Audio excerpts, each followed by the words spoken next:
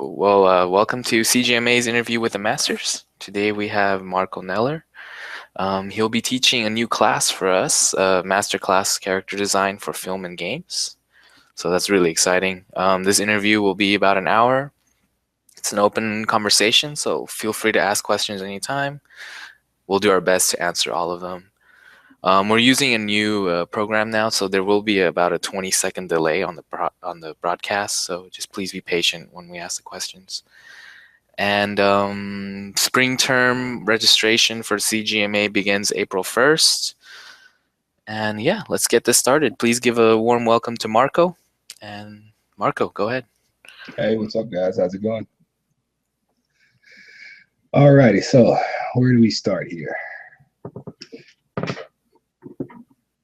Should I just do a quick little introduction, or how does that go? Yeah, man. That sounds good. Go ahead. All right, sorry, guys. All right, so my name is Marco Nelor. I was born and raised in Louisiana. Been doing concept art for, I don't know, man, I think maybe about 8 years now, coming on 9, maybe more, maybe less. I'm not sure. I lose track of time. I started out actually wanting to just sort of be a comic book artist. Like when I was young, I didn't really know anything about concept or the industry or anything like that.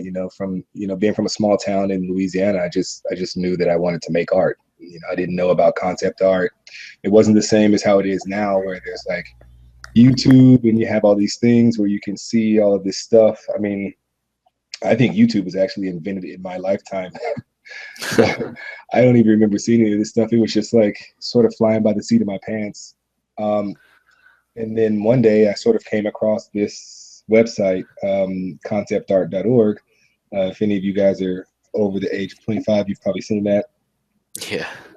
But from there, I just sort of got a bunch of instruction on like, how to draw and how to, make friends with people, like business aspects outside of, inside and outside of business aspects, and just sort of pushed it from there. I attended the Massive Black Atelier, which is now the Safehouse Atelier, under the tutelage of Justin Coral Kaufman, Carl Dobsky, Westberg, Stop 10 from time to time, Kemp Remillard. A few of those guys like taught the class and just sort of got me and a few of my friends on the right path, I think. And then from there, I just sort of moved forward with that and got my first gig working at Microsoft Studios under Ensemble Studios. The first game I worked on was Halo Wars. We also made Age of Empires, but I didn't get to work on that. I was a little bit too late to that boat. And then from there, Microsoft very nicely shut down our studio. And it's really funny. But yeah, they shut the studio down. And then from there, I, sort of dabbled for a couple of years doing this and that, and landed in Chicago at my current home, which is Netherrealm Studios, working on Mortal Kombat and Injustice: Gods Among Us. I'm also a freelance artist for Magic the Gathering, although I haven't done a card in a while. But I freelance for them, which I guess I'll sort of run through some of those cards here, just to sort of let you see. This was actually one of my first cards here. So yeah, I don't consider myself to be much of an illustrator. I still struggle with it, but I've always had a love for design and concept art. So, like I'm showing this right now, but I'll mostly just sort of breeze through it just to sort of get it out of the way. Because, illustration can be fun, especially now where illustration seems to be sort of mixed heavily with concept art. Like it's sort of hard to see a concept that doesn't look like an illustration and vice versa. So that's, interesting to see the industry moving directions like that. Mm-hmm.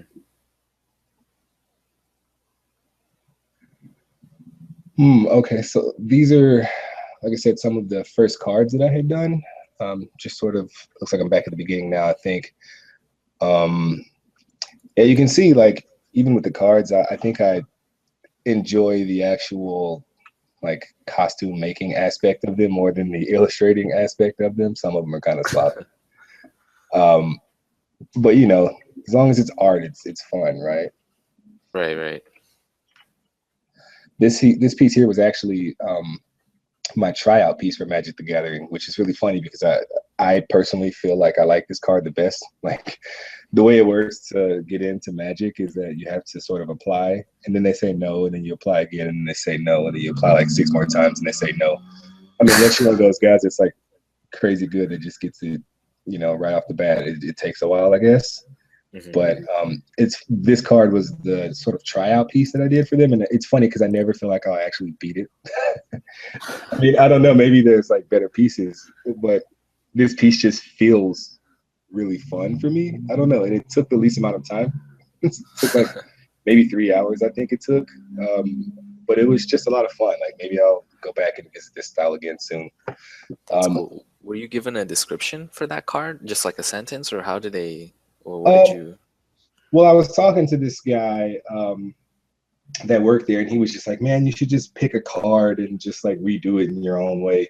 So I guess this was sort of like a tryout card. I had it's an older card that exists, and I actually am not a huge Magic player, so I don't remember all of the names of the cards, and it's been like 10 years, so I forget some of them, maybe 5.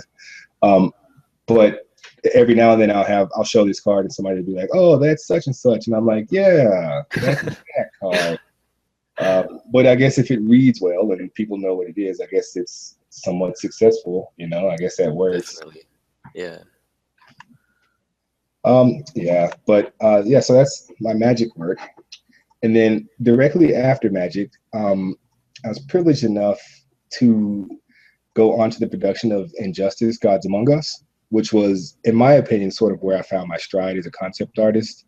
I had a really good time working for the guys at Netherrealm Studio, where I still work now. But making superheroes is something that I just always sort of felt like I wanted to do, you know, like especially bringing like a new and fresh take on them.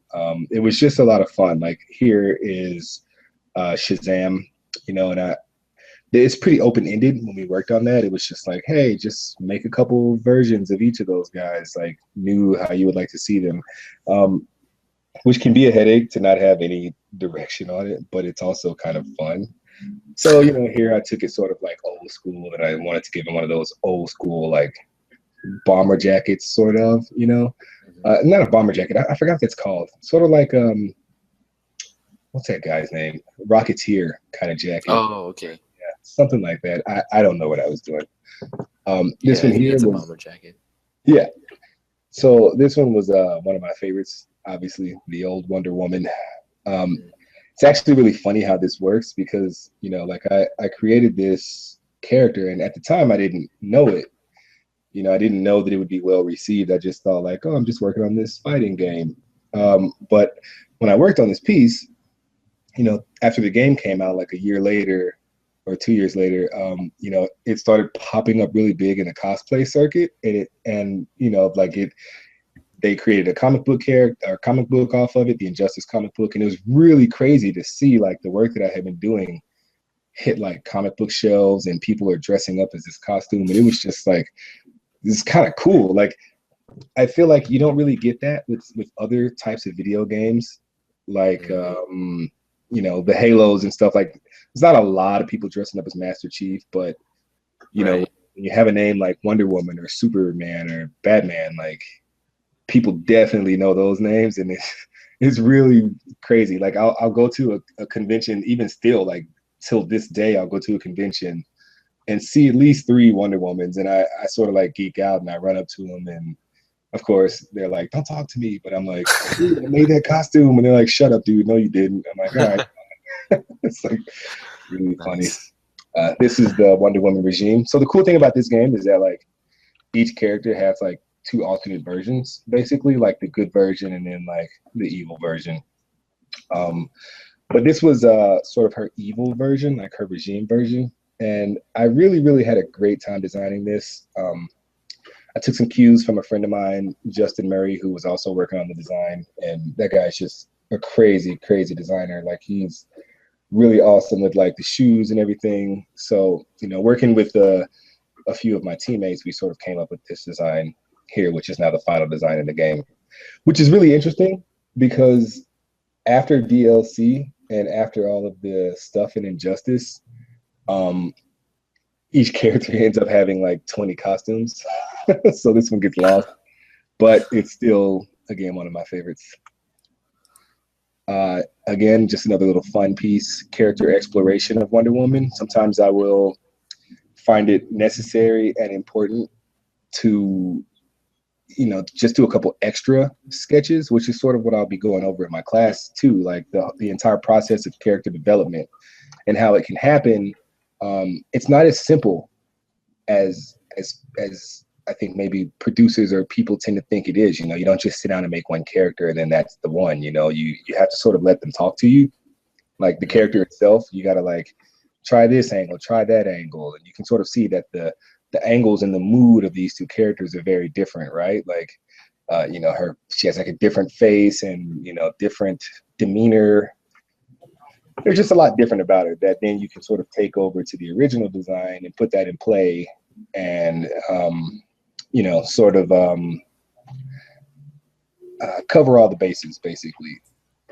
Some other fun stuff I got to do working for that studio, some cyborg stuff. This was not really asked of me to do, but if you have fun with it, you should be doing all types of stuff anyway. This is when I first sort of realized like the power in sort of going above and beyond, and also enjoying just designing something in general. Like I really realized that I enjoyed this guy so much that I just wanted to make all these different weapons for him, like hand attachments and stuff. And they may or may not have turned out like that in the end. I think some of these may have even gotten thrown away, but as long as I get to work on it, I'm happy. So it doesn't matter too much. How long does something like that take for you? This piece in particular, I'd say maybe this one took a week. I mean, I sort of fudged it. Like I started with this piece, I had, this is when I was nailing down his design and doing his design notes and stuff. And, you can see that same head as this head. I just sort of changed the angle a bit and like chopped it up. I basically photo bashed my own stuff. I took the arm and changed the angle on it a bit and, took a little bit of this and that. Really the only thing that was necessary were the arm cannons. But, I just wanted to present it up really nicely and make it look kind of cool. So this actually became one of my favorite pieces. Nice. We got to work on some not obscure characters, but a little bit less known. Like this is Ares, really cool guy. Had like a demon style to him on his alternate costume. It's interesting. I was actually painting a lot more back then. Like now I think I'm doing a bit more photo bash stuff just because, but I think, I still at the end of the day love to paint more than anything. Some Superman stuff here. This is painted directly over the model if you wonder why the hands are looking kind of creepy. But yeah, so the only thing I actually painted here was the face and the body. But it was over the model. But again, really fun to sort of see this character come to life. Never thought I'd be working on a Superman design. That was just totally surreal.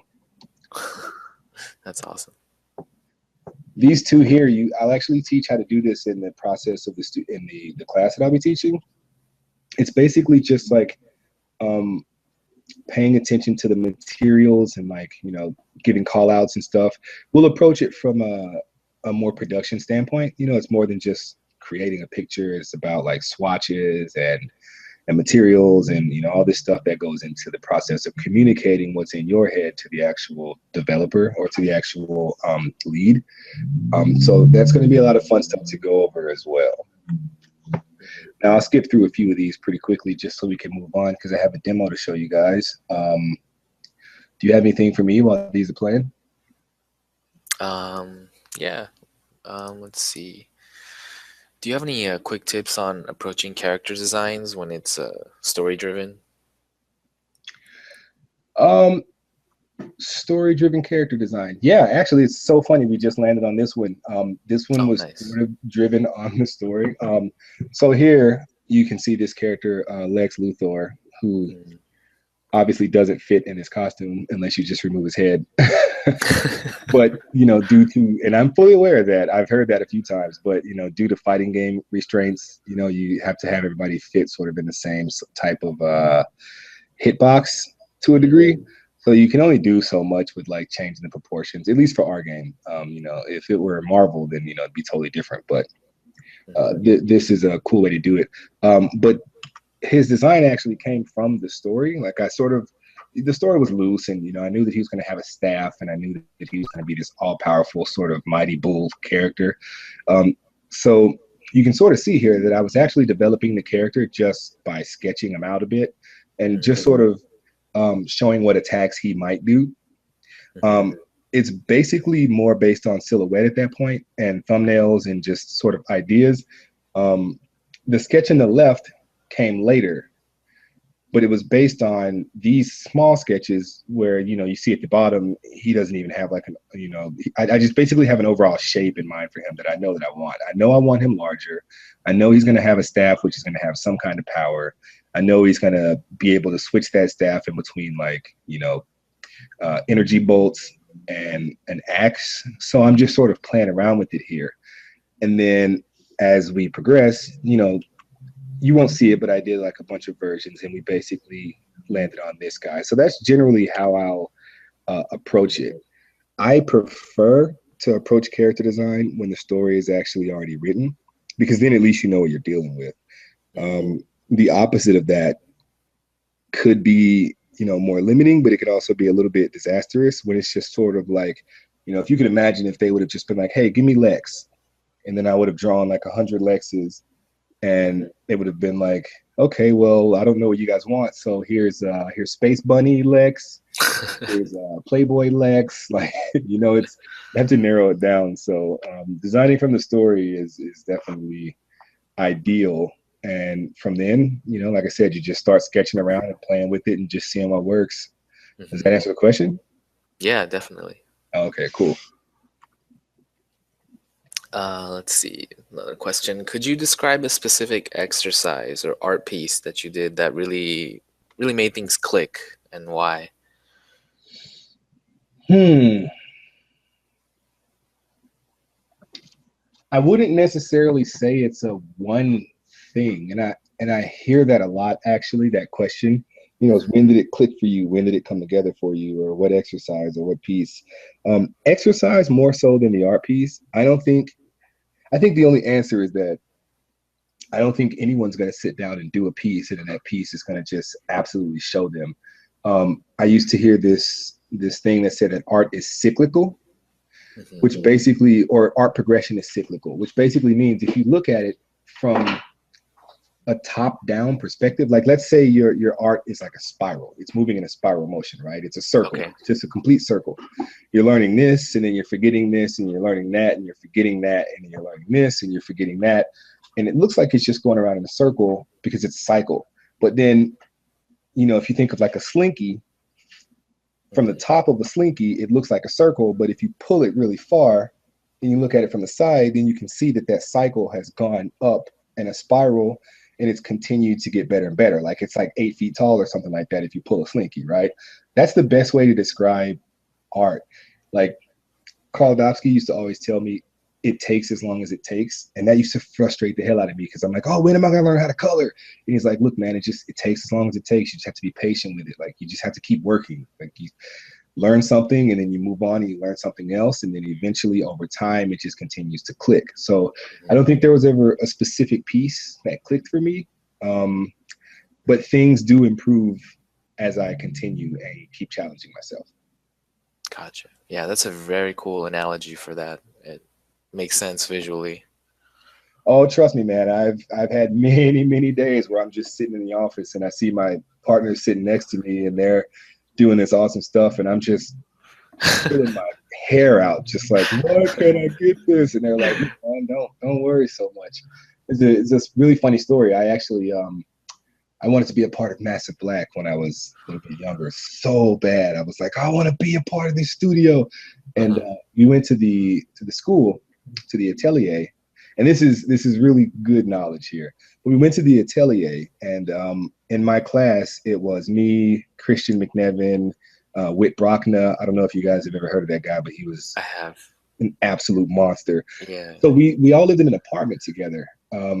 In San Francisco, it was $2,300 a month for rent. It was just ridiculous. And Wit, I think at the time was 19 and I was 23, maybe 24.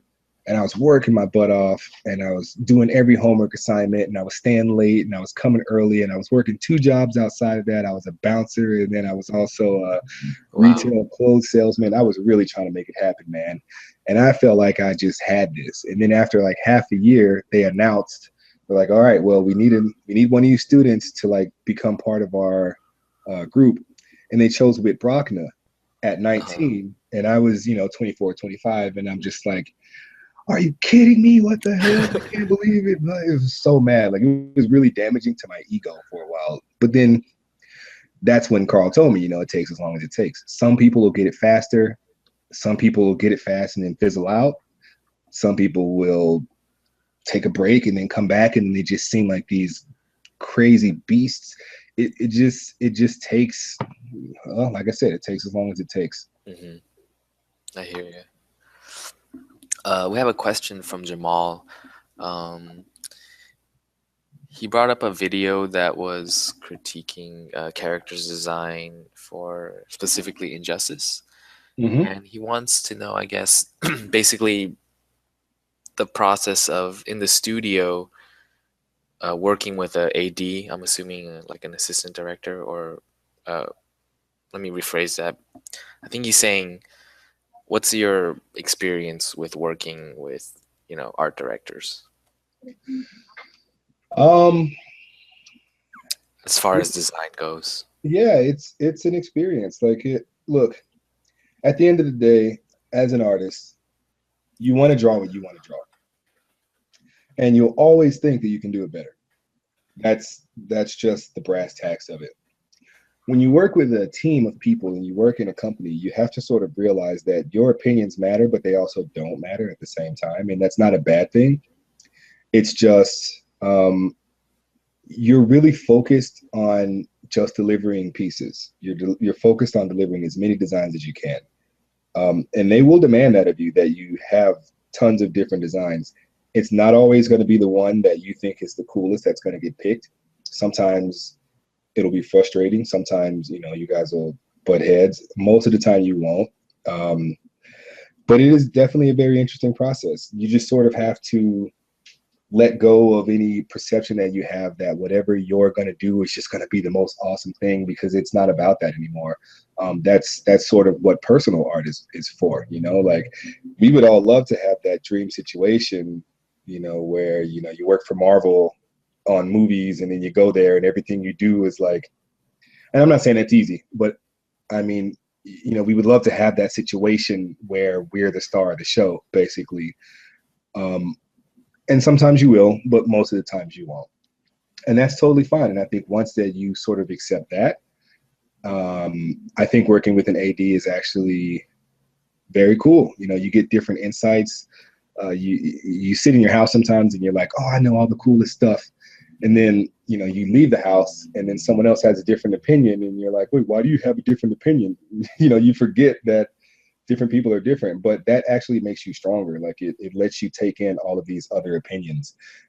As far as the process goes, it's never really the same. Some characters they feel like you can knock out in one pass. Some characters they want to see further.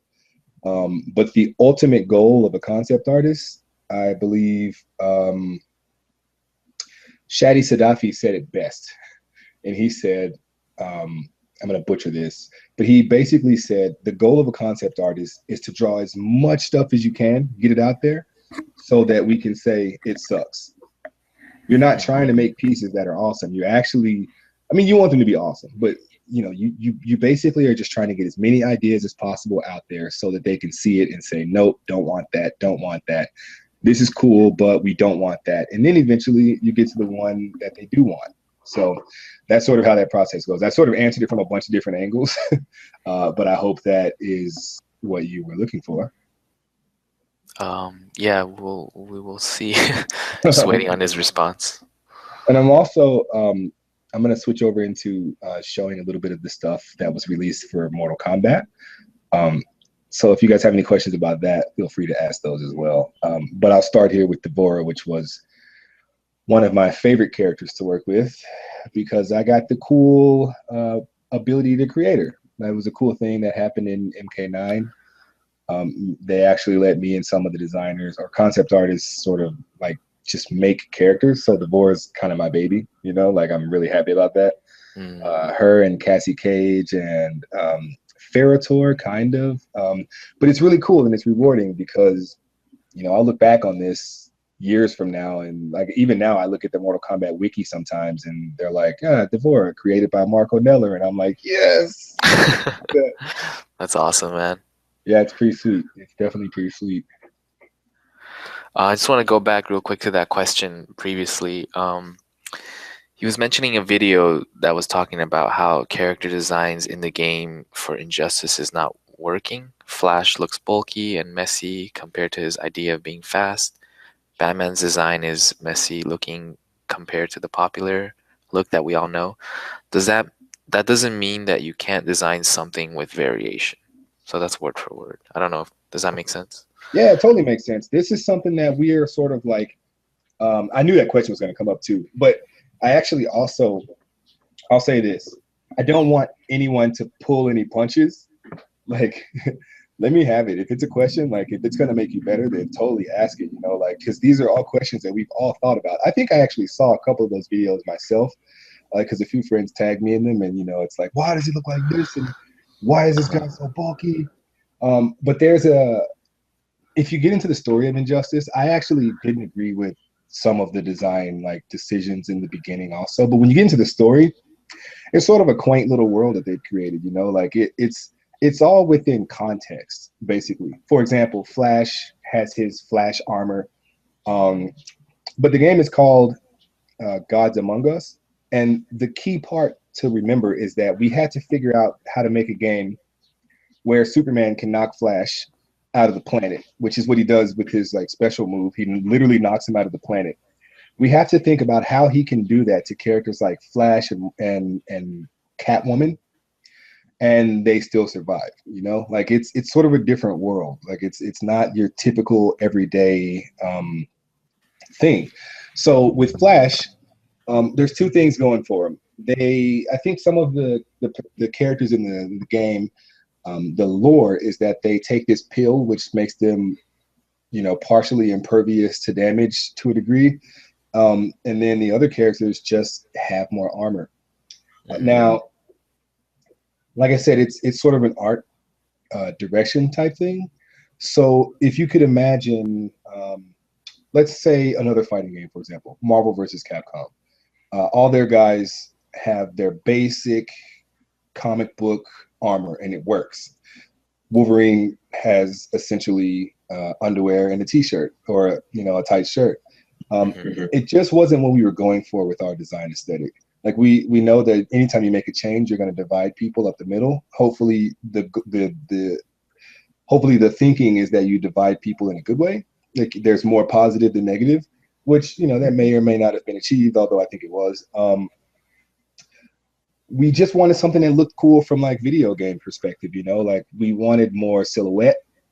We wanted more, you know, negative space in the characters. We wanted them to basically look like they weren't just wearing underwear. So we tried out that direction for a lot of people. Now, if you want to get nerdy with it, though, I'll have you know, Flash actually benefits from I think what is the Speed Force, the Flash Zone, which means he actually, when he runs, he has no friction.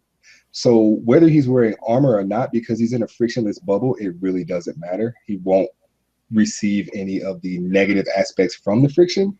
So technically, I mean, if he wanted to, he could wear a hazmat suit and he'd still run at flash speeds. Boom. Nice. Let's see. Alrighty, where we got next? And also, I'll just keep going through these. Sorry. I'm trying to get through these like art things like pretty quick because I actually have a demo I'll just throw on and then we can do some Q&A.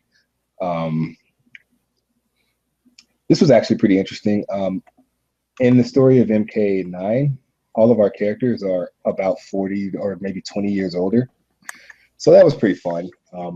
Again, that influences the design. There were some people who said, why does Jax look like that? He's not supposed to look like that. Well, he's also 20 years older and has a daughter now. So, you know, if you listen to the story, he's sort of like moved away from the world and he lives out in the country and he's just like, fixing on his parts and his tune-up cars all day long. And I thought it was a pretty cool direction. That's something that we do actually at Netherrealm quite often. For anyone who's like, well, why did you change this?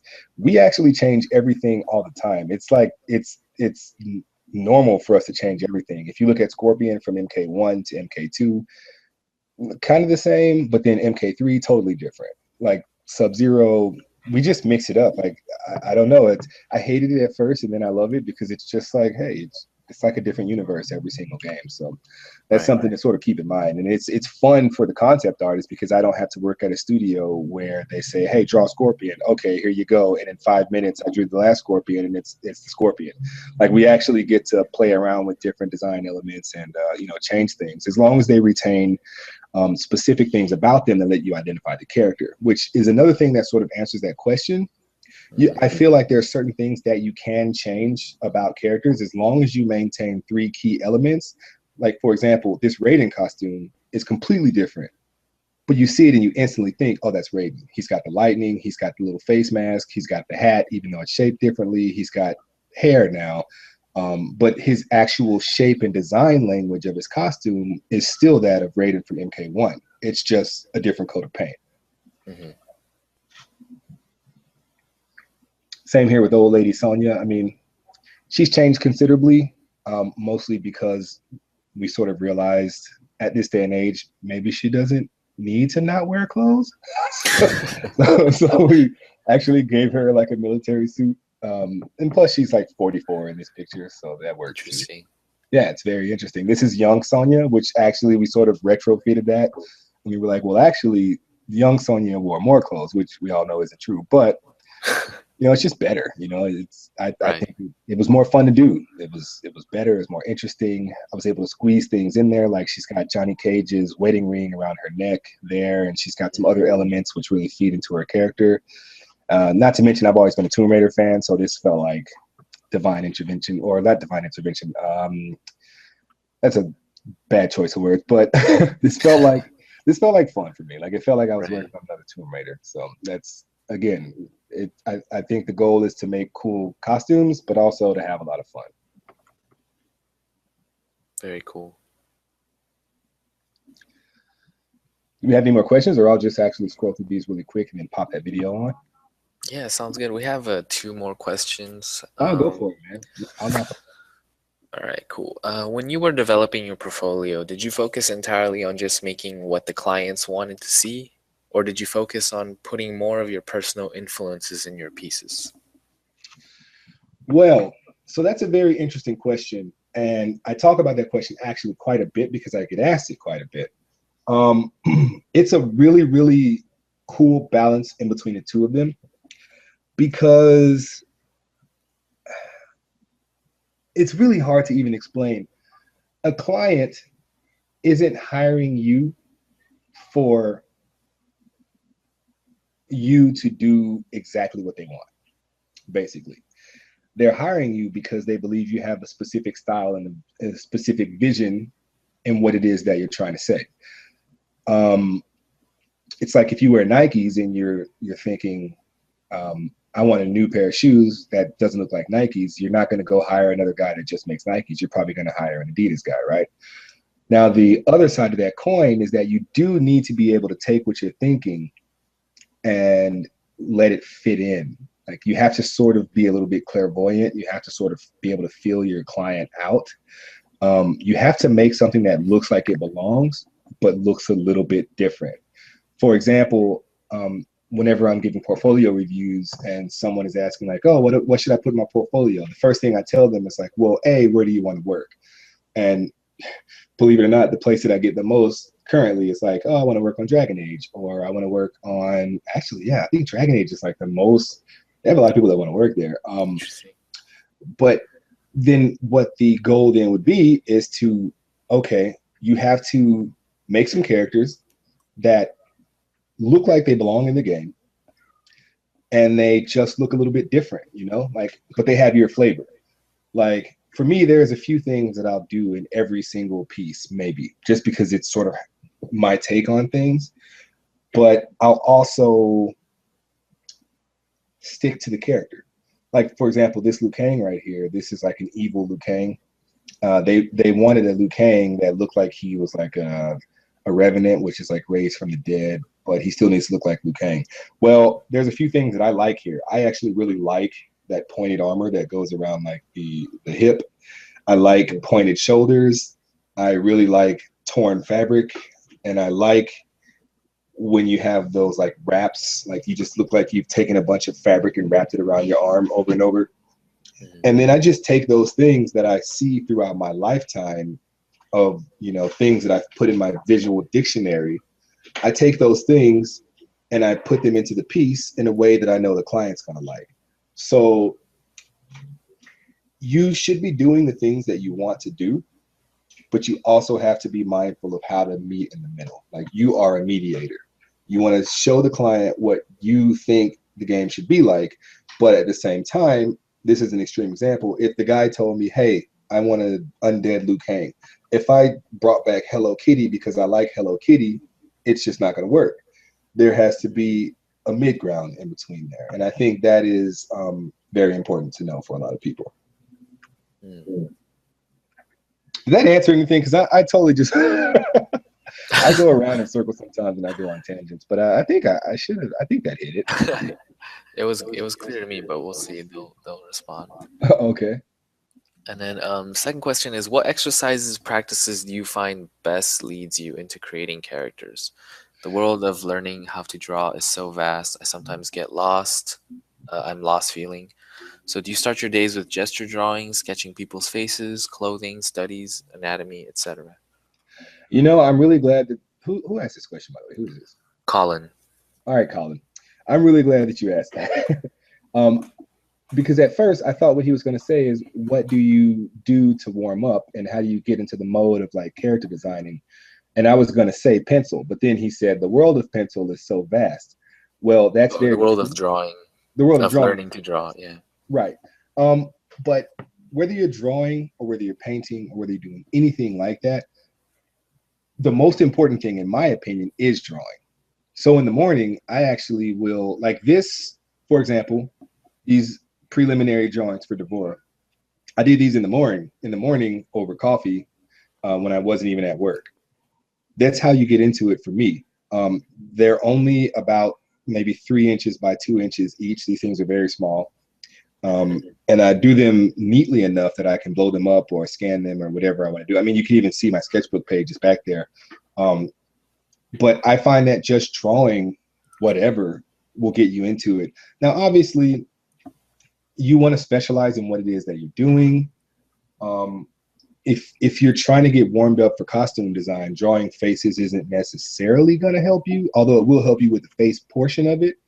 But you still haven't really learned how to draw any costume stuff.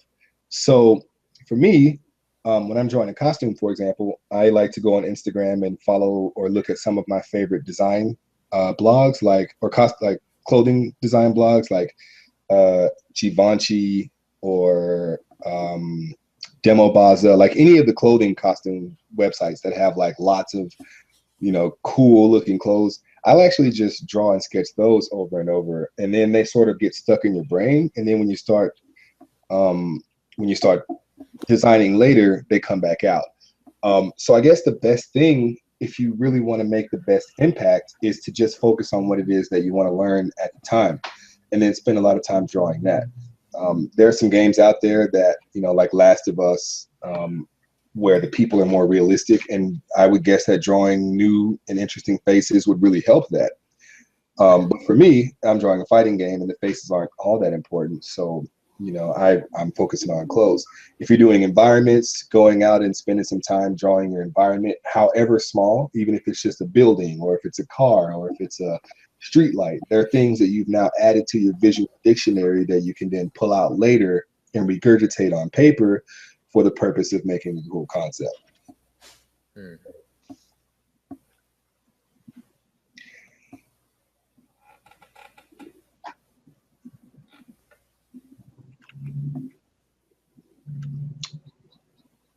So speaking on that, actually, we can sort of see that I actually feel the most comfortable in pencil, and I make it work for me. You know, like if I have something that's really quick that I want to do and I don't have time to find photos and I don't have time to do reference and like all these different things, I have my trusty sidekick sketchbook that I'll take around with me and just pop it out whenever I want. I think, you know, I went home and I just couldn't get this Devorah character out of my head and I wanted to figure out more things about her. So I made my off time work for me. I think I may have been at a bar eating pizza when I was drawing this. But all of it helps. And I write lots of notes so that I can remind myself so that I don't forget, because you will at times draw things and forget them. But if you're constantly like drawing and taking notes, then I find that it works out better for you. Some more face studies. As I said, like I said, I don't really worry about faces too much. Although here I did look at one face and then just sort of copied it and got different hair. Like it's all about, like, as a concept artist, if this is the field that you're wanting to go into, or I guess any kind of artist, you're going to be looking for shortcuts all the time. And what I did here was I drew one face, probably about the size of a quarter. It's really not big. And then I scanned it and then I blew it up and then I put it in Photoshop and then I made like 4 pages of 4 faces and then I printed them all out. And then I gave myself, like, you know, a bunch of faces to draw hair on until I found the hair that I liked, because the hair was what was important. And that's when I ended up studying to get this particular thing. I think in the end, we probably didn't go with any of these. We just stuck with the hood and then she's bald headed, but that's for tech reasons. My job is done. We have a question from Martha. She says, "Hi there. I'm a trained commercial illustrator. I would like to move into concept art. My question is, where does one start in building a portfolio that's more concept art and less illustrator?" Well, you can start here with this piece. Anytime you're switching over genres or disciplines, it's going to be a little bit tough. But I actually do see that kind of often. I see that some people will have a portfolio that looks very illustrative. That can work against you, but it can also work for you, right? Like, I think that the coolest thing is switching disciplines. I always wish that I had more of an industrial design background. I always wish that I had more of a graphic design background, but I don't have those things. And I may actually take some classes or something to fix that. But if you actually figure out how to use what you've learned in your past career towards this career, you're going to find that the transition is actually a lot easier. As far as design goes, like learning how to make a concept art illustration portfolio, it's more so just remembering that they're not really hiring you for your commercial stuff. They're hiring you for all the little crappy bits, like in this drawing, you know, like they're hiring you to show what these shoulders look like, or they're showing you, or what this hat looks like, or notes on that, or like they're basically hiring you for your thoughts as opposed to how cool you can illustrate. That stuff will help you get the job. Don't get me wrong. But what helps you get a design or concept design job more than anything is actually these thumbnail pages, if they're done nicely. You know, you don't want them too rough that the client can't understand them. But I've actually, you know, over the years applied for jobs, and the people hiring me will say, well, you have lots of finished work in your portfolio, but we don't see any process pieces, and we can't hire you because we don't see any process pieces. And at the time, I'm like, that's so stupid. But, you know, you have to think about it.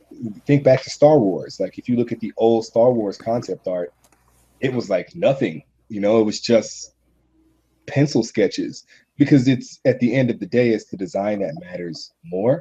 So if you want to give yourself a good platform to stand on, I would say, first off, pick the genre you want to go into, whether it's vampires or cowboys or space cowboys or fantasy, and set a stretch goal for yourself, maybe 3, 4, 5 months out even before you apply to anything, and just fill your portfolio up. Maybe spend 2 weeks per piece for the next 4 months making characters that go into you know, whatever game it is that you want to go to, but approach it differently. Approach it from a concept art standpoint, where you're doing sort of stuff like this, which is showing different versions of things. It's going to be more about what those boots look like, what that hat looks like, what those shoulder pieces look like, how do those gloves work. It's that type of thing, as opposed to how is this commercial going to look? What kind of feelings are we going to inspire? You know, it's just switching up the focus. But like I said, if you give yourself enough time out into the distance, you'll be fine. You know, just don't think that you're going to get hired tomorrow by switching disciplines. Understand and acknowledge that it's going to take a while. But once you understand that, I think you'll be able to spend your time more actively. You'll be able to spend it better and get more out of it, basically. Does that make sense? Yeah, it made sense to me. We'll see. Okay. Are people writing back? Are they saying? Yeah, they're chatting back. Yeah, the last two questions were answered. Okay. They mentioned it. So I think I've probably shown a little. Well, actually, how much time do we have left? Because I'll keep showing work, or if we have enough time left, I probably could show this video, but it's like an hour and a half video, so I don't know how much time we have. We have like 15 minutes. I'll skip through it. I'll skip through the video. Sounds good. And then if anyone sees anything on the video that they would like me to go over, I wish I could speed this up, but I don't know how to do that in this particular program. But so a little bit about this video. This is one of my Gumroad tutorial videos in which I'm actually going over my painting process of how basically I start a piece and how I finish it. This one was specifically for a sort of more cinematic type of feel. As you can see, he's posing. He's got a very active pose. It's less about his costume and more about this like moment that's happening. I left the background out, obviously, but yeah, this is basically how I start them. I'll start them with like a line session, which as you can see is very rough. But I'm also looking at reference off to the side, and I'm just moving quickly for the purpose of the illustration itself. But yeah, we'll just let that play, and then I can just keep answering a couple more questions if you guys have them. Sounds good.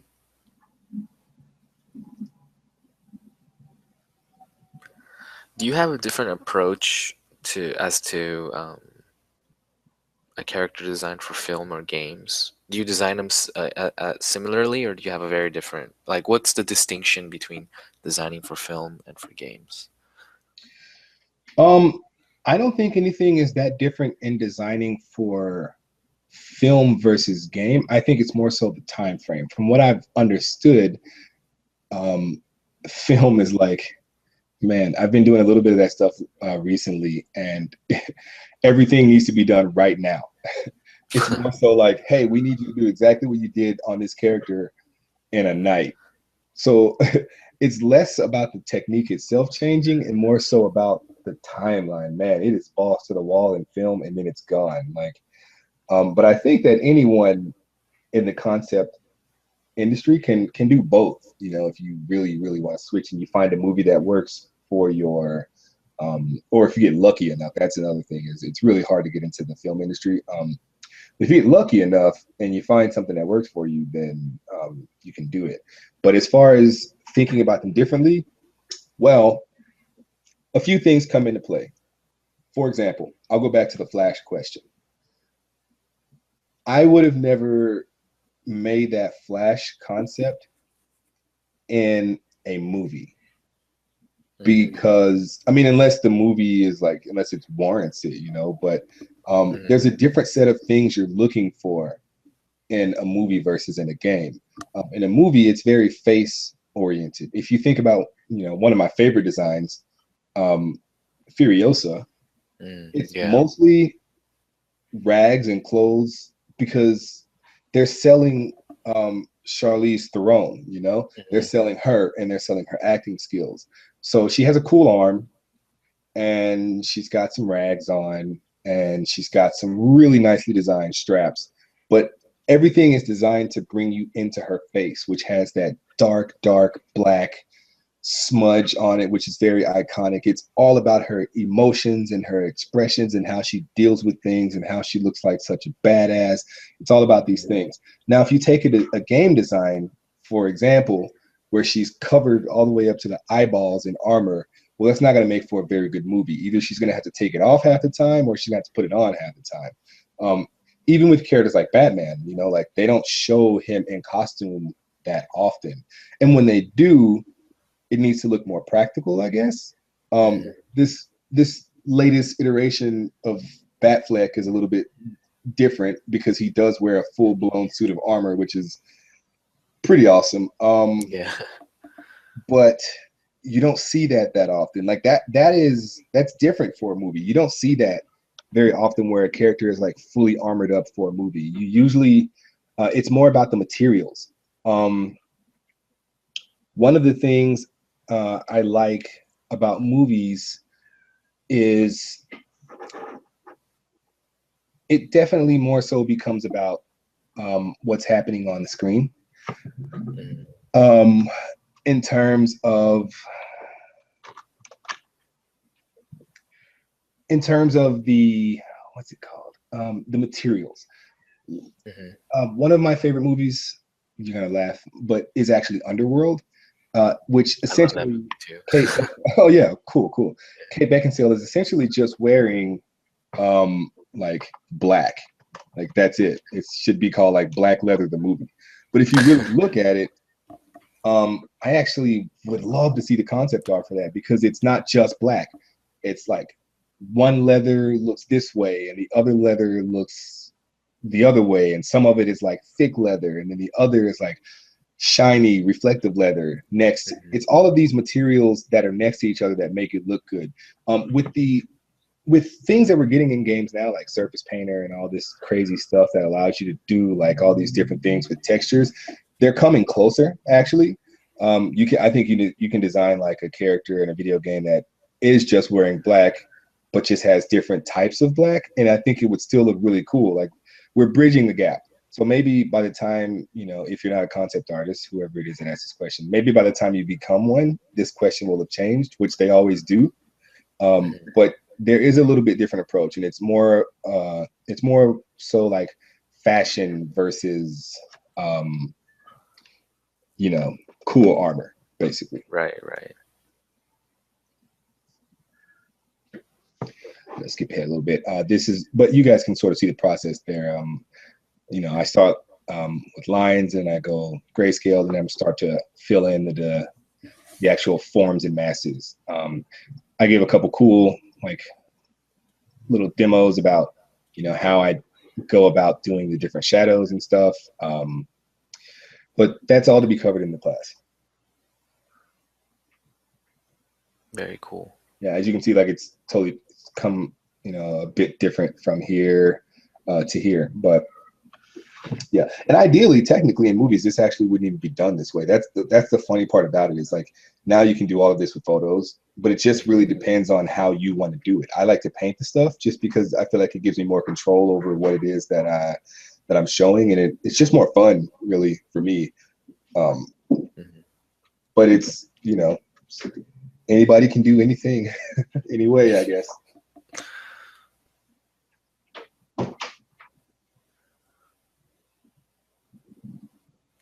Do you have time, or do you spend any time on personal projects? Oh man, my life is personal projects. That's awesome. I'm a weird guy. Like I'm always doing personal stuff. My friends who I work with are always saying, man, I don't know how you do so much stuff all the time.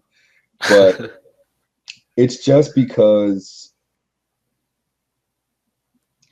I'm sort of I don't want to say workaholic. I'm not a workaholic. Like I just think drawing is fun. And I think making things is fun. It's really funny. My mom sent me some pictures that she had above her closet from when I was like, I don't know, 12. And they were all these drawings that I had done. And when I compare them to other people's drawings, it's really funny because some people draw like, you know, Ninja Turtles or whatever. But me, I was drawing these things, and everything that I had drawn had a story and like a description about like the materials. I was concepting and I was 12 and I didn't know what the hell it was. I just was like, this would look cooler this way, and Raphael should look like this, and this guy should actually have this. You know, one of my favorite comics in the day was Masamune Shiro's Ghost in the Shell, Uh-huh. and one of the coolest things about that comic, which I find kind of sad because people like Ghost in the Shell and they don't even know why they like it because they haven't read the comic. But he would do these cool comics, man. And this guy would come bursting in the scene with this like suitcase that turns into a gun. And next to the picture, it would have an asterisk next to it or an asterisk next to it. And you look down at the bottom of the page and he's got like this whole description like, this gun would actually use submachine gun bullets, although the chamber is not the right size. So it would actually eject the rounds to the side because it's bullpup design and just all this stuff. And I'm just like, I'm like 12 and my mind is blown. Like, what is he talking about? This is amazing. So that's what I'm always doing in my spare time. Like, we have this thing at work called game day. And game day is one day of the year when you just can play games. Like or 2 days maybe of the year where everyone brings their favorite games to the studio and you just play games and drink beer. Nice. It's really refreshing. And it's funny because people always laugh at me because I never bring a game. I just bring a piece that I'm working on, or I'm bringing like some other thing that I wanted to finish that I didn't get a chance to finish yet. Because that's fun for me. I'm not saying that you won't make it as a concept artist if you're not always drawing. Like, no, that's not true. It's just this personally for me is what I find fun. So I'm always doing personal projects which never get finished. I'm always doing like starting comics, which I also don't finish. I never finish any of the stuff. Maybe I will one day, or you know, ideally someone would hire me to do that stuff, but I don't. Very cool, man. I mean, not that you don't finish, but You know, it's kind of impossible though, you know. I mean, I yeah. hate to keep saying the word at the end of the day, but at the end of the day, I get hired to make this game, you know, like I'm supposed to be making this game. So it would be very unfair if the majority of my output didn't go towards that. So when I get home, there's a little bit of leftover like designy stuff that I want to do, but I can't fully devote to that in good conscience. Because then I'll be too burned out at work, and that's no good for anybody. Mm-hmm.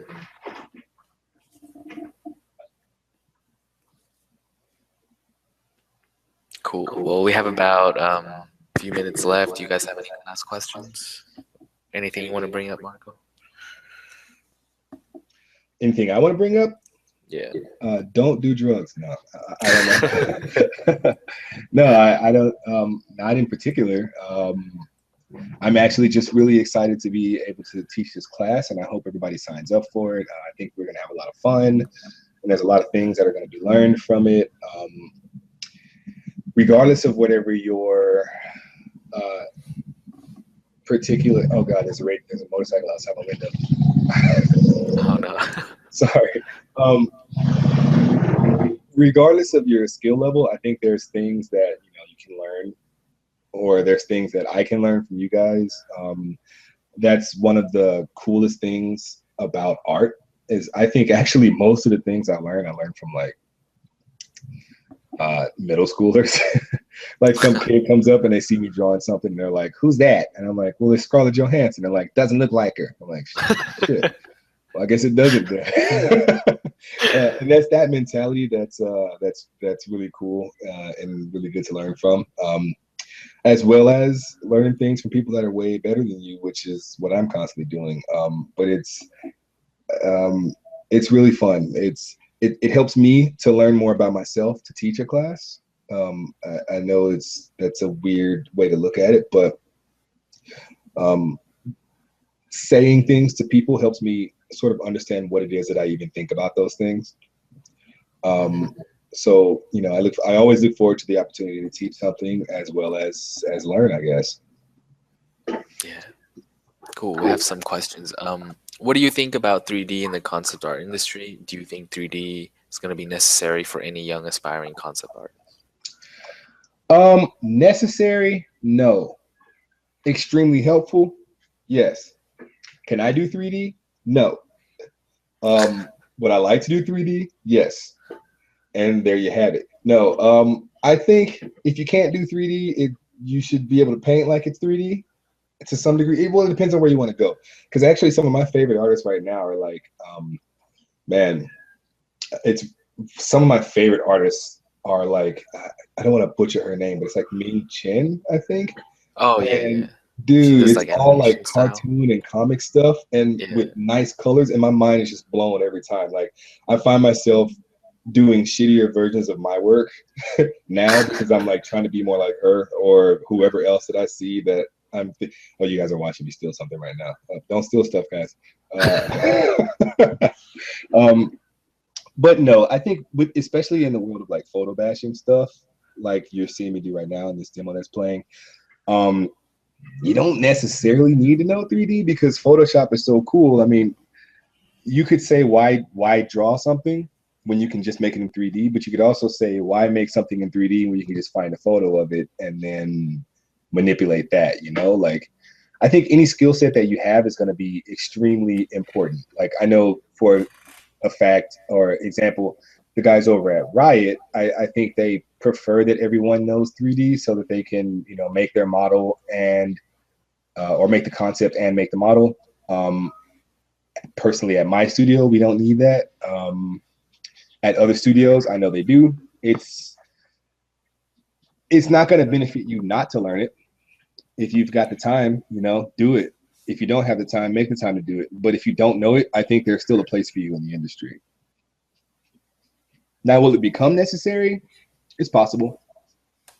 But I also think that the guys like, for example, Craig Mullins, who are not, I mean, I know he uses it sometimes. I think he's starting to, but I think the more 3D that's out there, the more they're going to be looking for people who have other skills, you know, like strangely enough, I get a lot of people who give me gigs based on the fact that I can do pencils because they're like, yo, nobody else can do pencils right now. Can you do some pencils for us? And I'm like, wow, okay. Mm. Yeah, it's always going to be about learning the the basic skills and then expanding on that because there are a lot of people who cannot draw that are like badass and they still get work and that's fine. Um, but I guess what I just mean to say is that whatever your skill set, if you practice it and become really good at it and really passionate about it, maybe you don't need the other stuff, but it could always help. Mm. Then our final question: do you ever sell personal projects as finished artwork, like art prints? Just seems like it'd be cool. It does seem like it'd be cool, doesn't it? But you know, I keep meaning to, and I actually, okay, I'll tell you what. I actually just bought a scanner. I'm so far behind. Like I had a scanner and I had it for 10 years and it got broken and all this crap. But I just bought a scanner because I'm scanning a bunch of my personal drawings and sketches, like literally today as we speak. I'm scanning a bunch of them to possibly make prints of. I found a printer and you know I have a bunch of this stuff. So yeah, I guess the answer is yes. I will be selling stuff. I don't have it set up yet. It would have been nice to have it set up today to talk about it, but I didn't do that. So in the near future, it's coming. I haven't yet, but it's closer now than ever. I'll put it that way. Sounds good, man.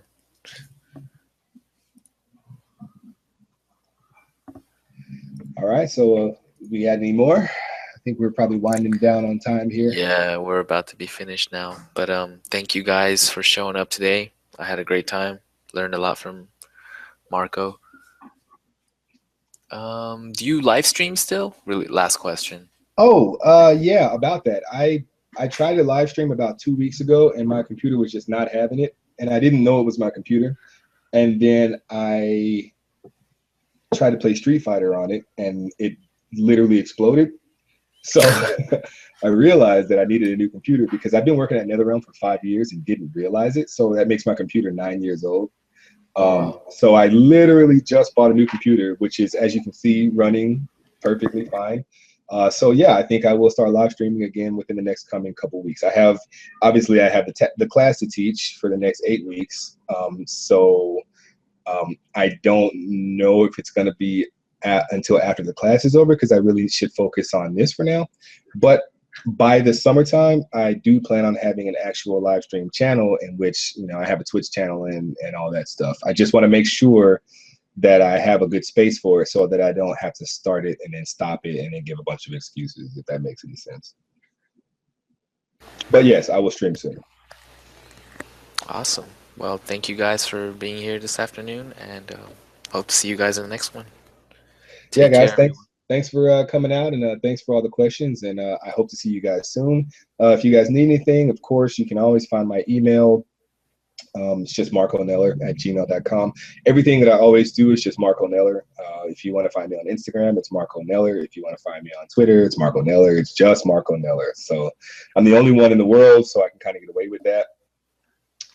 But yeah, thanks for coming out, and thanks for giving me all your questions, and thanks, Jonathan, for having me. Definitely, man. It was a pleasure. Yeah, man, it was definitely cool. Alrighty. Bye-bye, everyone. See you guys later.